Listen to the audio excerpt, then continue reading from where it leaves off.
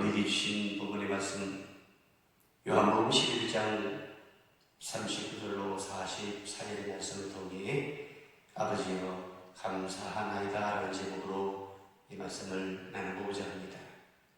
설교에는 감사하는 말이 188번이나 나옵니다. 그만큼 감사가 중요하다는 말이죠. 그래서 하나님은 적어도 1년에 2번은 어떤 일이 있어도 감사하고 맥주절, 맥주감사절과 추수감사절을 허락하셨습니다. 오늘이 바로 한 해를 뒤돌아보면서 감사하는 추수감사주일입니다. 코로나19의 위기 상황 속에서도 우리를 지키시고 인도하신 하나님께 감사하는 성도들이 될 수 있기를 주의 이름으로 축원드립니다.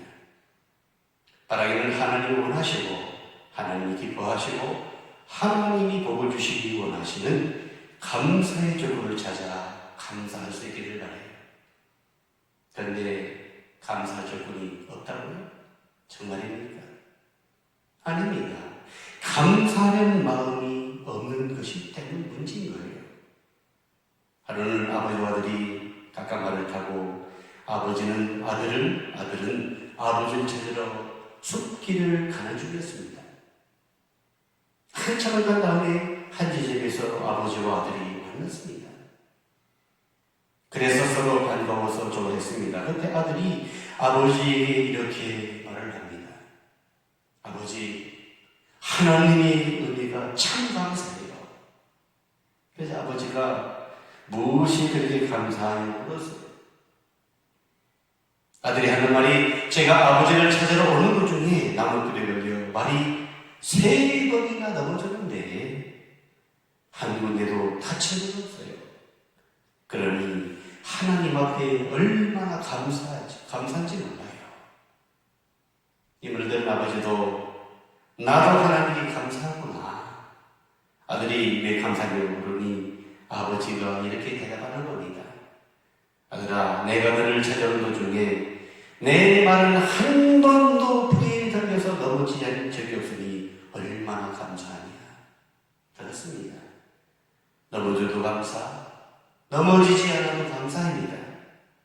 다시 말해 은혜 받고 축복 받았기 때문에 감사해야 하지만 어렵고 힘들어도 감사해야 합니다. 그래야 하나님이 인정하시고 복을 주십니다. 왜냐면 감사가 주는 의미는 유크리스타이로서 인정하다, 고백하다, 높이다는 뜻을 가지고 있어요. 그래서 감사할 조건이 있든 없든 하나님께 감사해야 합니다. 자, 그렇다면 무엇을 감사해야 할까요? 어전 과거에 하나님이 베푸신 은혜를 생각하면 감사할 수 있다, 이렇게 우리에게 말씀을 합니다. 본문에 보면 주님은 세상에서 유일한 친구인 나사로가 죽었다는 소식을 듣고 무덤 앞에 나아가십니다. 그런데 거기서 감사의 기도를 드립니다. 상황대로 볼 때 전혀 감사할 가치가 없는 거예요. 그런 처지가 불가능합니다. 그런데 주님은 감사의 기도를 드립니다. 어떻게 이렇게 감사할 수 있었을까요? 그 다음에 오늘 본문의 말씀 41절 전반절에 나오고 있는 것을 볼 수가 있어요. 아버지요, 내 말을 예전에도 들으신 것을 감사합니다. 그렇습니다. 예수님은 자신의 기도를 예전에 들으신 것을 기억하고 있으신 것을 우리는 볼 수 있는 거예요. 이 기억이 그 견디기 어려운 슬픔에서도 감사의 기도를 드릴 수 있었다는 것인 거예요. 그리고 그 결과는 죽은지 나흘 넘은 썩은 냄새나는 친구 나사로를 살려내셨습니다. 그렇습니다. 과거를 기억은 이 과거의 기억은 오늘을 판단하는 좋은 기준이 될 수 있어요. 그래서 과거는 오늘을 만들고 오늘은 미래를 만듭니다. 이런 의미에서 과거의 좋은 기억과 경험이 있는 사람, 특히 하나님이 베푸신 일을 기억하는 사람은 오늘을 힘있게 그리고 감사하며 살아갈 수가 있다, 이렇게 말씀하고 있는 거예요. 그런데 많은 사람들은 어렵고 힘든 문제가 생기면 과거를 다 잃어버립니다. 그 대표적인 예가 이스라엘 백성들입니다. 이스라엘 백성들은 애굽에서 노예 생활합니다. 노예 생활이 얼마나 힘들고 비참하고 그리고 나가서 고통스럽습니까? 노예는 인간의 삶의 가장 밑바닥입니다. 그런 이스라엘 백성들을 하나님은 돌아보시고 모세를 통해 애굽에서 430년 만에 구원해 주시는 것을 볼 수 있는 거예요. 이들은 하나님의 은혜로 노예에서 자유인이 되었습니다. 이스라엘 백성들은 이것을 늘 감사했습니다. 또한 하나님은 이스라엘 백성들을 이끄시면서 광야를 지날 때에 낮에는 불기둥으로 밤에는 불기둥으로 인도해 주셨습니다.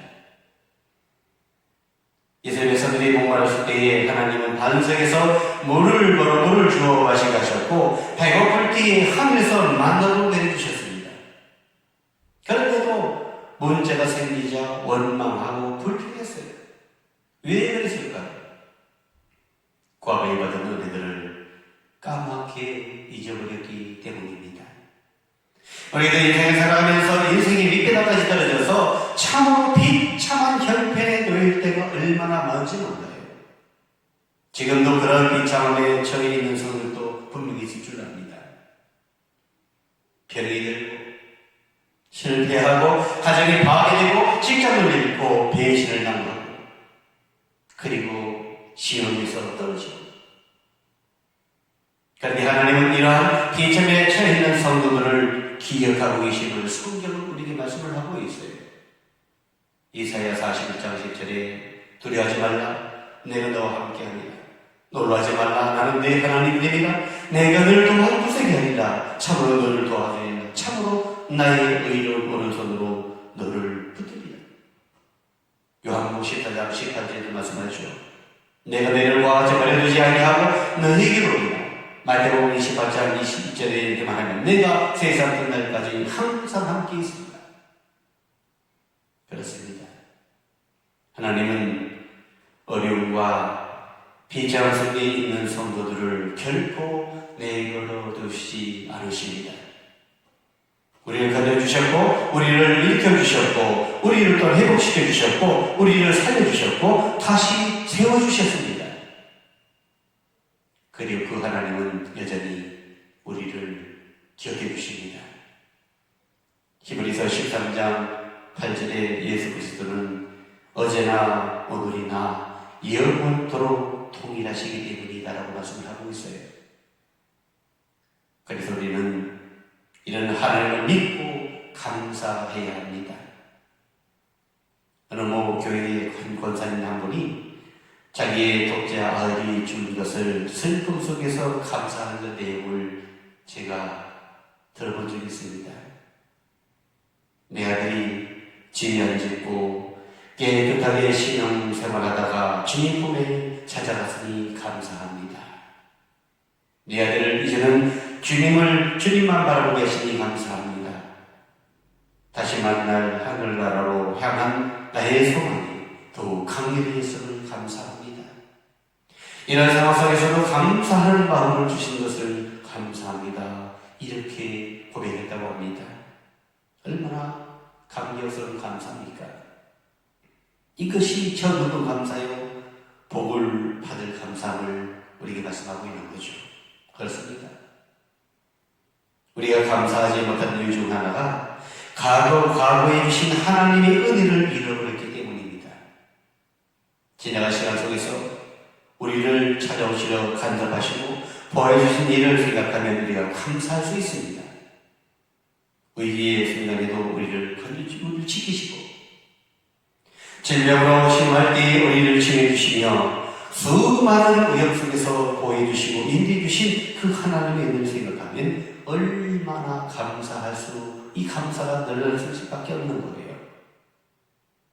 그래서 시편 기자는 시편 103편 2절로 도절에 이렇게 말합니다. 내 영혼아 여호와를 송축하며 그의 모든 은택을 잊지 말지어다.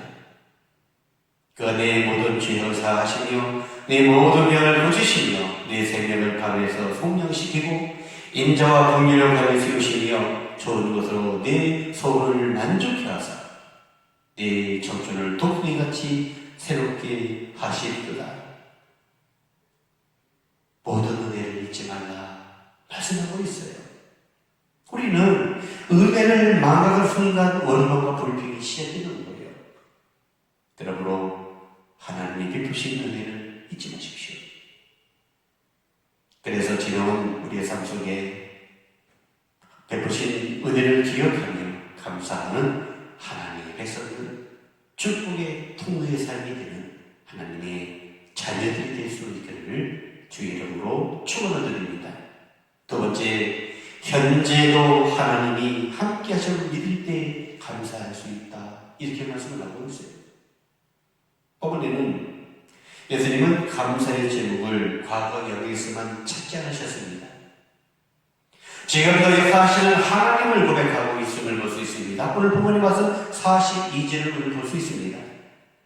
들으신 것을 감사합니다라고만 하지 아니하셨고 항상 내 말을 들으신 줄을 내가 알고 감사합니다. 이렇게 고백하고 있는 것을 볼 수 있는 거예요. 항상 단어를 집중해봐야 됩니다. 다시 말해서 지금도 내 속에서 역사하시는 하나님에 대해서 감사드린다 이렇게 고백하고 있는 그 고백의 말씀인 거예요. 사랑하는 성도 여러분, 왜 원망과 불평하십니까?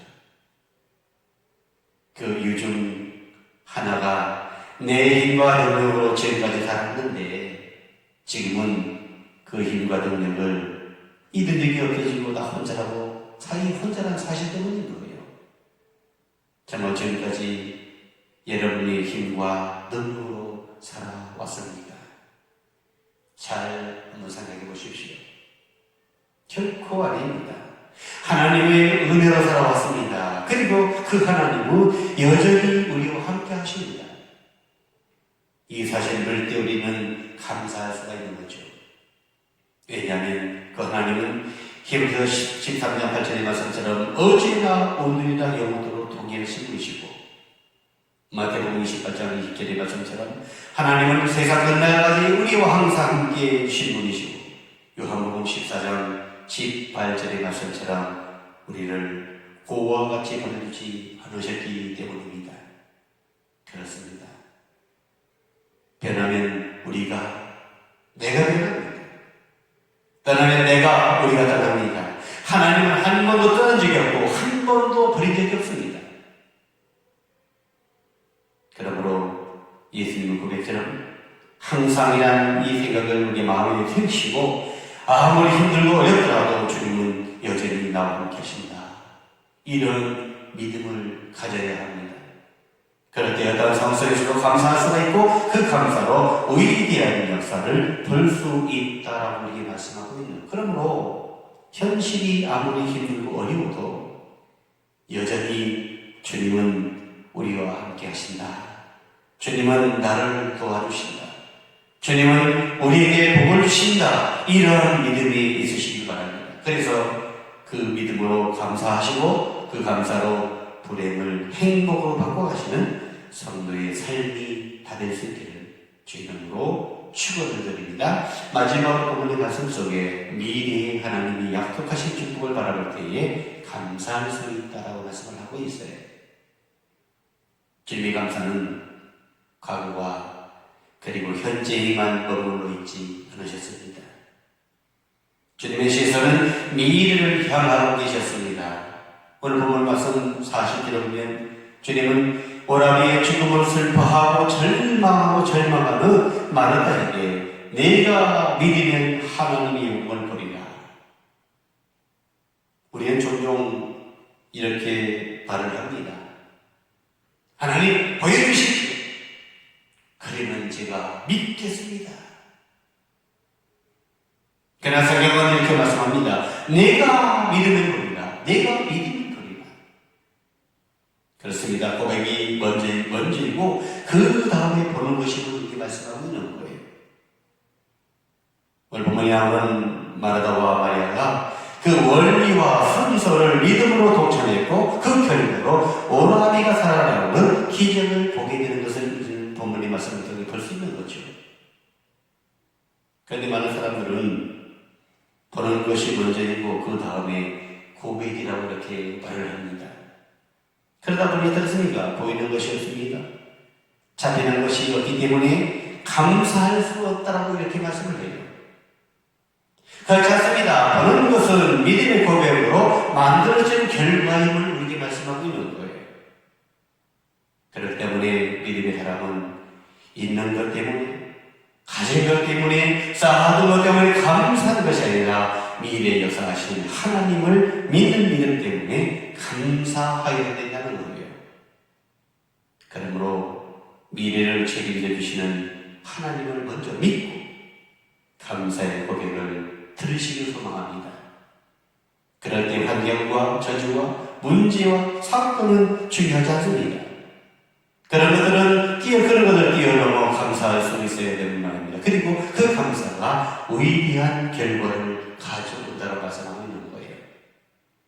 이러한 은혜를 체험하시는 성도의 삶이 될 수 있기를 소망합니다.